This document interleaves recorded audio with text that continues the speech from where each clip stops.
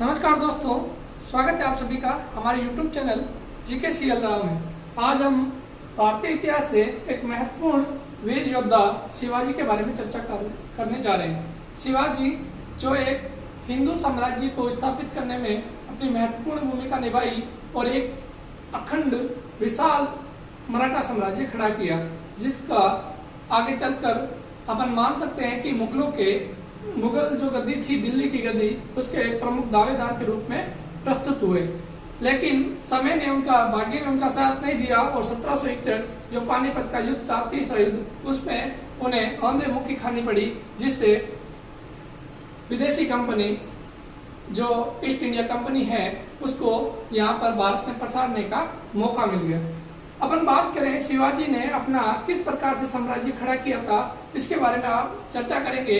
शिवाजी से कई जगह जैसे आरपीएससी, फर्स्ट ग्रेड, यूपीएससी, उसके अलावा नेट, राजस्थान पुलिस, उसके अलावा पटवार, इनमें जरूर 1-2 क्वेश्चन जरूर पढ़ते हैं। तो शिवाजी के बारे में कुछ महत्वपूर्ण फैक्ट मैं आपके लिए लेके आया हूँ, जिसमें सबसे पहले अपन शिवाजी के बारे में बात करें तो शिवाजी का जन्म 1627 को हुआ था। शिवाजी का जन्म 1627 को सिवनेर के दुर्ग जुन्नर के समीप महाराष्ट्र में हुआ था। और यहाँ पर 1627 में ही जो मुगल सम्राट है जहांगीर, ये गद्दी पे बैठता है, शाहजहां गद्दी पे बैठता है। जहांगीर की मृत्यु होती है इस समय। इसके अलावा शिवाजी के जो पिता है, इनका नाम था शाहजी भोसले, जो बीजापुर की सेवा में कार्यरत थे। इसके अलावा इनके जो दादा थे पहले से, वो भी अहमदनगर की सेवा में रह चुके थे, जिनका नाम था मालोजी। यहाँ पे शिवाजी की माता का नाम जीजाबाई, जो देवगिरी के यादव राय की पुत्री थी। देवगिरी जिस पर कभी अलाउद्दीन खिलजी ने आक्रमण किया था और ढेर सारा सोना प्राप्त किया था। ये देवगिरी वही जिसने मोहम्मद बिन तुगलक ने जहाँ पर अपनी राजधानी सल्तनत काल की राजधानी बनाने की चाही थी। उसके अलावा यहाँ पे शाहजी भोसले की जो दूसरी पत्नी थी, पहली पत्नी जो जीजाबाई थी, ये शिवाजी की माँ थी। इसके बाद में जो शाहजी भोसले थे, उन्होंने अपना दूसरा विवाह किया और वो थी तुक्कोबाई मोहिते। इस तुक्कोबाई मोहिते पर वो मोहित हो गए थे, अतः उनका विवाह इनके साथ हो गया। और इसके बाद में जो शिवाजी थे, इनके जन्म के बाद इन्हें अपनी माता के साथ रहना पड़ा और इन्हें अपनी जो पहली पत्नी थी जीजाबाई, शाहजी ने इनको पूना की जागीर देकर यहाँ पे स्थापित कर दिया। और उसके अलावा ये स्वयं बीजापुर की सेवा में सैनिक के रूप में कार्यरत थे। इसके अलावा अपन बात करें शिवाजी के जो आध्यात्मिक गुरु है, शिवाजी के 2 गुरु हुए थे। एक तो जो आध्यात्मिक गुरु और एक जो अपन पढ़ेंगे आगे राजनीतिक गुरु। राजनीतिक गुरु जो उनके दादा कोंडदेव के नाम से प्रसिद्ध है, जो उनके जितने भी साम्राज्य स्थापना में काफी महत्वपूर्ण योगदान दिया। और उसके अलावा शिवाजी पर सर्वाधिक अगर किसी का प्रभाव देखा जाता है तो वो उनकी माता जीजाबाई का देखा जाता है।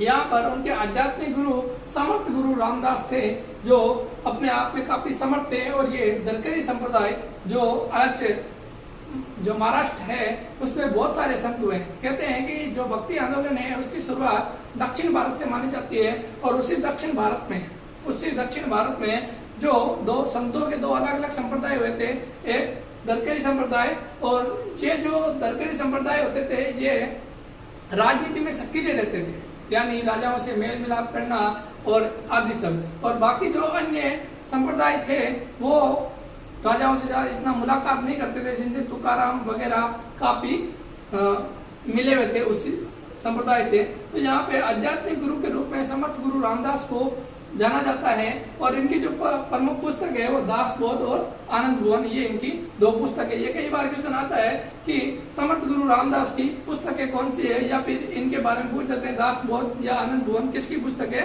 तो ये है समर्थ गुरु रामदास की।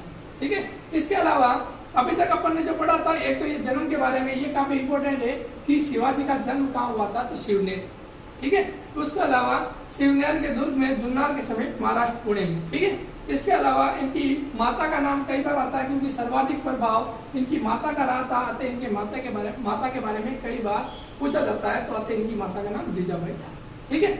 इसके अलावा आगे अपन बात करें तो शिवाजी की पत्नी का नाम साईबाई निंबाळकर था, जो प्रथम पत्नी थी, और शिवाजी का विवाह 1640 में हुआ था, 13 वर्ष की उम्र में। मात्र 13 वर्ष की उम्र में इनका विवाह साईबाई निंबाळकर से हुआ था 1640 में। 1627 में इनके जन्म हुआ था, 1640 में इनका विवाह हुआ था और 1680 में इनकी मृत्यु हुई थी।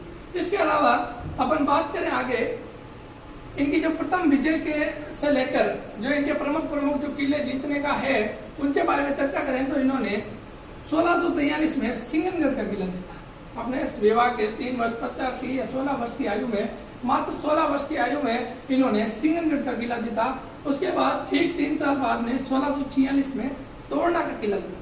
तोरना के किला से इन्हें काफी सारा धन प्राप्त हुआ था, जिससे इन्होंने रायगढ़ का दुर्ग, ये काफी महत्वपूर्ण दुर्ग है, और ये रायगढ़ के दुर्ग को इन्होंने रायगढ़ के दुर्ग का निर्माण करवाया। ठीक है। इसके अलावा 1648 में इन्होंने पुरंदर का किला जीता। पुरंदर का किला, जिसे अपन आगे पढ़ेंगे कि पुरंदर की संधि जयसिंह के मध्य औरंगजेब के समय हुई थी, और इस समय जो ये पुरंदर किले में शिवाजी को घेर लेते हैं और शिवाजी का जो सेनापति है वो मारा जाता है।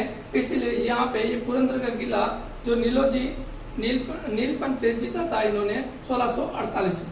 इसके अलावा अपन आगे बात करें तो इनके जो संरक्षक थे, राजनीतिक गुरु संरक्षक, यानी कि जब इनके बचपन में इनकी सुरक्षा के रूप में और इनके प्रत्येक दायित्व के रूप में, है ना, तो इनकी जो दायित्व के रूप में जो निभाते थे, इनके सहायक जो थे वो इनके राजनीतिक गुरु दादा कोंडदेव थे। इनके जीजाबाई के बाद में शिवाजी पर सर्वाधिक प्रभाव पड़ा तो दादा कोंडदेव का पड़ा। ये इनके राजनीतिक गुरु थे। इनकी मृत्यु 1647 में हो गई। इसके अलावा 1656 में इन्होंने जाबाली का किला जीता, जो अत्यंत महत्वपूर्ण विजय थी। इस समय का ये काफी प्रसिद्ध किला था और ये जो विजय है इनकी महत्वपूर्ण विजयों में मानी जाती है। उसके बाद सबसे काफी इम्पोर्टेंट ये पड़ता है कि शिवाजी की मुगलों से प्रथम मुठभेड़ कब हुई। शिवाजी की प्रथम मुठभेड़ मुगलों से आमना सामना कब हुआ, तो 1657 में मुगलों से इनका प्रथम आमना सामना हुआ था। इससे पहले शिवाजी महाराष्ट्र तक सीमित थे और महाराष्ट्र के स्थानीय जो आसपास के इलाके थे उन्हीं किलों को जीतते थे। सबसे पहले उस समय तक वो मुगलों में भी काफी दहशत फैला चुके थे। तो यहाँ पे मुगलों से सबसे पहले जो मुठभेड़ हुई थी वो 1657 में मुगल और शिवाजी आमने सामने आए थे। यहाँ तक अपन ने जो बात की थी, इनमें महत्वपूर्ण बात एक तो आपकी राजनीतिक गुरु दादा कोंडदेव के बारे में, यानी कई बार पूछा जाता है कि शिवाजी के राजनीतिक गुरु कौन है, तो शिवाजी के राजनीतिक गुरु दादा कोंडदेव थे। इसके अलावा अपन बात करें 1657 में मुगलों की इनके साथ प्रथम मुठभेड़ हुई। आगे अपन बात करें तो 1659 में बीजापुर से भेजे गए अफजल खां को मारा था।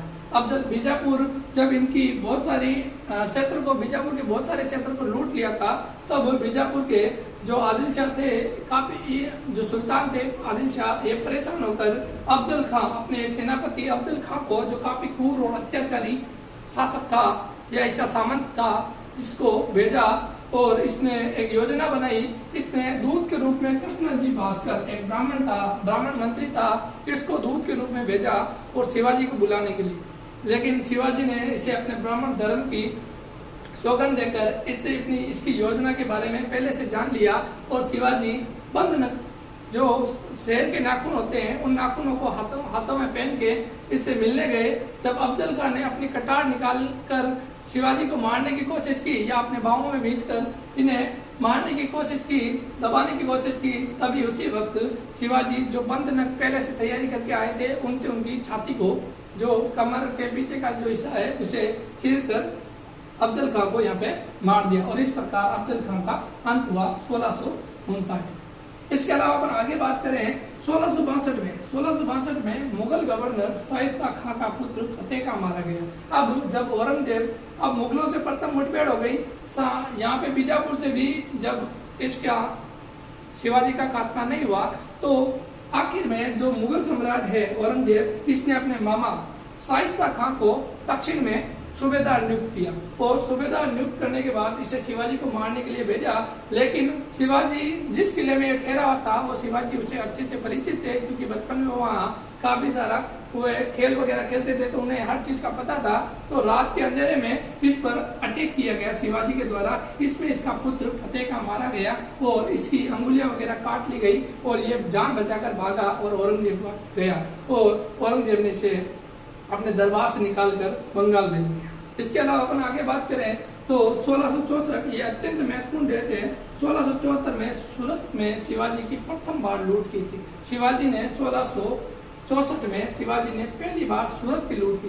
सूरत उस समय जो अंग्रेजों मुगल दरबार में या मुगलों का क्षेत्र पड़ता था और यहाँ पे काफी व्यापार होता था, क्योंकि इस समय तक सूरत में अंग्रेजों की अच्छी काफी कंपनियां थी और कई अंग्रेज अधिकारियों ने इस बात की जो साहित्यिक स्रोतों में लिपिबद्ध भी किया है कि शिवाजी की लूट के बारे में। उसके अलावा 1664 में शिवाजी की पहली बार सूरत को लूटा था और यहाँ पे 1 करोड़ की आय जो है राशि प्राप्त की थी। उसके अलावा शिवाजी को जब पुरंदर की संधि के तहत वहां पे जयपुर किले में कैद कर लिया गया और वहां से छूटने के बाद शिवाजी ने सूरत की दूसरी बार लूट की थी, क्योंकि सूरत उस वक्त का व्यापारिक नगर था, अतः वहां पे काफी अच्छी आय होती थी और इसी कारण से सूरत जो शिवाजी है इसे लुटेरे की संज्ञा कई विद्वानों ने कई इतिहासकारों ने दी है। तो शिवाजी ने यहाँ पे सूरत की दूसरी बार लूट की 1670 में और 1664 में इन्होंने सूरत को पहली बार लूटा था। इसके अलावा अपन बात करें इसके बाद में और इम्पोर्टेंट बात यह है 1765 वेरी इंपॉर्टेंट, कई बार पूछा जाता है पुरंदर की संधि कब हुई, तो पुरंदर की संधि 1665 में हुई थी। पुरंदर की संधि ये जयसिंह औरंगजेब की तरफ से मुगलों की तरफ से जयसिंह जो कच्छावा राजा था जयसिंह और शिवाजी के मध्य हुई थी। इसमें से क्या जो थे टोटल 23 दुर्ग मुगलों को सौंपे गए थे और 12 किले जो बाकी 12 किले बचे थे वो यहाँ पे शिवाजी के पास रह गए थे और 23 किले जो काफी अच्छी आय प्राप्त होती थी जिनसे 4 लाख खून से भी ज्यादा आय प्राप्त होती थी वो मुगलों को देने पड़े। और इसके अलावा जो 1 लाख खून वाले जो किले थे वो 12 किले शिवाजी के पास रह गए। और इस प्रकार और पुरंदर की संधि की और शर्तें क्या थी, एक शर्त तो यह थी कि 23 किले जो महत्वपूर्ण 23 किले हैं वो मुगलों को दे दिए गए। इसके अलावा संभाजी जो शिवाजी का पुत्र है संभाजी, इसको 5000 मनसब के साथ मुगल दरबार में उपस्थित होना पड़ेगा। 5000 मनसब मुगल सम्राट देगा। इसके अलावा संभाजी जो दिल्ली दरबार में अपनी सेना लेके उपस्थित रहेगा सम्राट के लिए। इसके अलावा पुरंदर की संधि की अन्य शर्तें जो शिवाजी थे इन्हें राजा की उपाधि देकर वहां पर उन्हें मान लिया गया वहां का अपना सामंत और ये मुगलों की अधीनता इन्होंने उस समय स्वीकार कर ली थी पुरंदर की संधि के तहत। इसके अलावा अपन और बात करें तो 1672 में मुगल सैनिक दिलेर खां और बहादुर खां को सालेर की लड़ाई में पराजित किया। जब यहाँ पुरंदर की संधि हुई, पुरंदर की संधि के बाद जयसिंह ने शिवाजी को मनाया कि आप उत्तर भारत हमारे उधर चलो और वहाँ की राजनीतिक वगैरह देखो किस प्रकार से भव्य दिल्ली दरबार है, इसके बारे में आप जान पहचान बनाओ। तो यहाँ पे पुरंदर की संधि के बाद में शिवाजी ने जयसिंह के साथ में उत्तर भारत का दौरा किया और उसी के तहत जब वो दिल्ली दरबार में उपस्थित हुए तो जब उन्हें उचित व्यवहार नहीं किया गया उनके साथ और उन्हें कुछ जो उनसे हारे हुए थे उनके जसवंत सिंह जैसे उनके पीछे खड़ा किया, अतः शिवाजी यहाँ से रुष्ट हो गए और उन्हें बराबर अपने अनुचित सम्मान नहीं मिलने के कारण उन्होंने विद्रोह कर दिया।